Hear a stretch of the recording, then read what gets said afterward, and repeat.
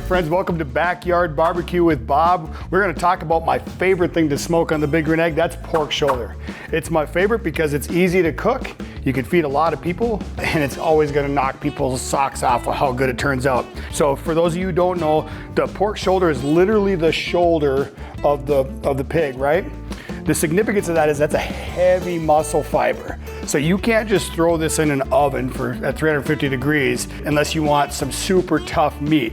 We gotta cook this low and slow, and we gotta really break down that heavy muscle fiber so you end up with that pork that just falls apart at the end. Hopefully, we'll find out how it turns out. The first time I did one of these, I got a recipe online, and the guy said, you know, separate your charcoal from big to small to medium, and nothing against that guy, but he gave me so much anxiety, I didn't have any fun doing it. What I've learned over the years, you don't have to do any of that. You're just gonna light your egg like you normally do, throw your charcoal in there, get it to 450 degrees. The cool thing that I found is you get that egg to 450, by the time you throw your wet wood chips that we'll talk about in a second, your cold convector and your cold meat in there, it's immediately gonna knock that temp down below 200, and then it'll come right back up to about 225, 235 is where we wanna cook the pork shoulder for, like I said, it's gonna depend. Nobody can tell you exactly how long a pork shoulder is gonna take. They will all stall, they call it. A stall is when you get to, about hour 9 typically. It'll just sit at one temperature for, I don't know, 30 minutes, 2 hours, you don't know. Whatever the meat wants to do, and then boom, it'll jump up to temp. But somewhere around 12, 13 hours, this pork should be ready to fall apart. So I like to use, again, something simple called butt rub. This is Bad Byron's butt rub. I've been using this stuff for a long time because a little butt rub makes everything better. And it's just a good seasoning. You can use whatever you want, but literally all we're going to do is take and pour this on.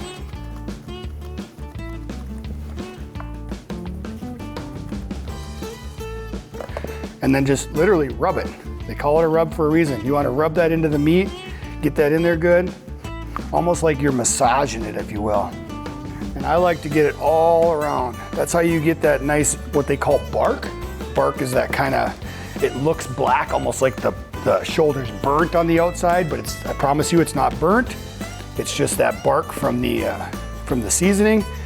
It's also a ton of added flavor. I mean, obviously pork, shoulder has a lot of its own flavor, but this just accentuates it. Now today we're gonna have a little bit of fun. For years and years and years, there's been a debate. Do you do fat side up or fat side down? Now a lot of people will tell you fat side up because that fat, all that fat just kind of drains through there, keeps that meat nice and moist. I actually like to go fat side down because my theory is the bottom part's always gonna get a little extra cooked because it's on the grate. So I wanna have that be the fat side because it doesn't matter. But we're gonna actually, I've never cooked them side by side, so we're gonna find out which way is better. So the other thing we wanna do when you're doing a smoke, you wanna add a little extra smoke. The cool thing about the Big Green Egg charcoal, it has a nice moderate smoke. Actually, if you burn off the excess smoke, if you let it burn just say an extra 5-10 minutes after you light it, I'll do desserts. We'll do an episode about desserts. You can have no smoke flavor, or we can throw a smoke ring, and that'll be our goal on a pork shoulder, to throw a big thick smoke ring in there. So I like, personally, there's all kinds of different flavors. I like applewood. It's a good mellow fruit wood that everybody seems to like. I like to do a mix of chunks. Big Green Egg has both, and chips. The reason why is those chunks are gonna last a little bit longer. The chips are obviously gonna give you that immediate smoke. What I learned when I traveled with the folks at the local university meat science department is they've actually studied meat, and it'll only take smoke for about 45 minutes depending on the cut of meat. So we want heavy smoke right away. After that, it's a complete waste. So all I'm gonna do is take this and add a little bit of water. You don't have to add water. The water is just gonna make sure you get a little extra smoke out of that wood. Some people will actually soak these for overnight. That's a little excessive to me, but you certainly can. It's not gonna hurt it. But I'll usually wanna soak this. Usually what I'll do is start this actually first, and I'll let this soak for the entire time that I'm prepping the meat and getting the egg ready to put it on. All right, now we're gonna throw this pork shoulder onto the Big Green Egg. So we got our wet wood chips here, just gotta drain the water out. As I mentioned before, I always get my egg to 450 no matter what I'm cooking. You're gonna see this in action, but when I go ahead and put these wet wood chips and my convector and my cold meat on there, it's gonna knock that temp right down. I do recommend you do this kind of quick because you're gonna have some heavy smoke in your eyes here very fast. And then all we do is set this right on here. Now, smoking is done somewhere between 200. Pork shoulder's pretty forgiving. You can actually get up to 250 if you're in a hurry. I usually try to shoot for about 235. But what you're gonna find is, as you can see now, that temperature knocked right back, is knocked down. It's gotta recover, so I'll usually leave my vent open. It'll take probably about, typically about 10 minutes wide open. And then what I do is like every 15 minutes after that, up to a total of an hour, I come and just close the air, close the air, close the air. Ultimately, when we're smoking, you'll end up with this top vent just barely open. And this bottom vent, it'll end up being about the width of a finger. If it's windy out, you'll actually have to give it less air. If there's no wind at all, you might have to open it up just a little bit. But typically, once you get this thing set, I won't look at my egg for 10 hours. I used to worry about it. I used to wake up every hour. Don't do that. I've literally cooked, I'm not exaggerating, hundreds, maybe 1,000 pork shoulders. And for the vast majority of those, I throw them on, walk away, don't look at it again for 10 hours. All right, the time you've all been waiting for, we are gonna pull these pork shoulders off the Big Green Egg. They've been on there for 13 hours. We're gonna put our meat probe in them first, make sure they're done. One thing unique about pork shoulder is you wanna cook that till the internal temperature is about 200 degrees. You wanna actually make sure we break down all that heavy muscle fiber we talked about in earlier episodes.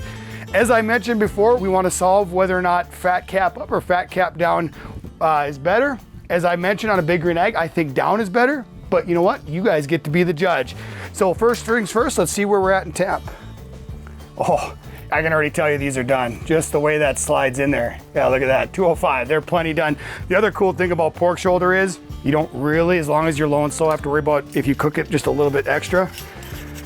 I do recommend a big spatula. You don't have to have one, but they do obviously get a little stuck to the grid.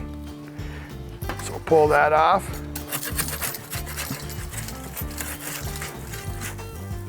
All right, so this one's fat cap up, and as I mentioned before, the theory is behind fat cap up is that fat keeps the meat moist. On a Big Green Egg, you don't really have to worry about moisture because that ceramic just keeps all that moisture in. The problem is, as you can see with any pork shoulder, is they're always gonna get a little bit more cooked on the bottom. I don't like to waste that meat. I always like to cook fat cap down. That way, whatever gets a little extra cooked on the bottom doesn't matter because. So now let's open this thing up and let's just see what these things look like on the inside. As you can see now, obviously moisture is not an issue. And I'm sure this one's gonna be just as awesome when you pull it apart. Now I will say honestly, I'm eating my words a little bit. Looking at this, I think the fat cap up one is a little bit more moist. And now the most important part, the taste, right? We got to sample this. My favorite thing to do every morning when I come out after it's been on here all night is just sample. I don't care what anybody says. That's the best. All right, we got this pork cooled down enough to where we can actually pull it. Big Green Egg does make some really nice meat claws. They work really well for this. I don't know, I just like pulling it by hand. So really all you're gonna do is to make pulled pork is literally just pull this apart. Don't forget the outside, the bark, that's the meat candy. Some people like to avoid that. To me, that's the best part. Make sure you get a bunch of that mixed in there. As you can see, this is pretty easy to pull apart. It doesn't get much more tender than that. One little tip though I learned from a mentor of mine, if you're serving a bunch of people with pulled pork and you have to have this sitting out in a warmer for a long time, if you've ever had pulled pork, oftentimes it'll get dry. So if you take and make some beef bouillon and put a little bit of beef bouillon liquid in the bottom of this, not only does it add a little bit of saltiness to the flavor, so it actually accentuates the flavor, but it also keeps it from drying out while it's sitting in that warmer all day. So a little pro tip for you. All right, now we got our finished product. You're ready to serve. It's as simple as that. You got some great meat.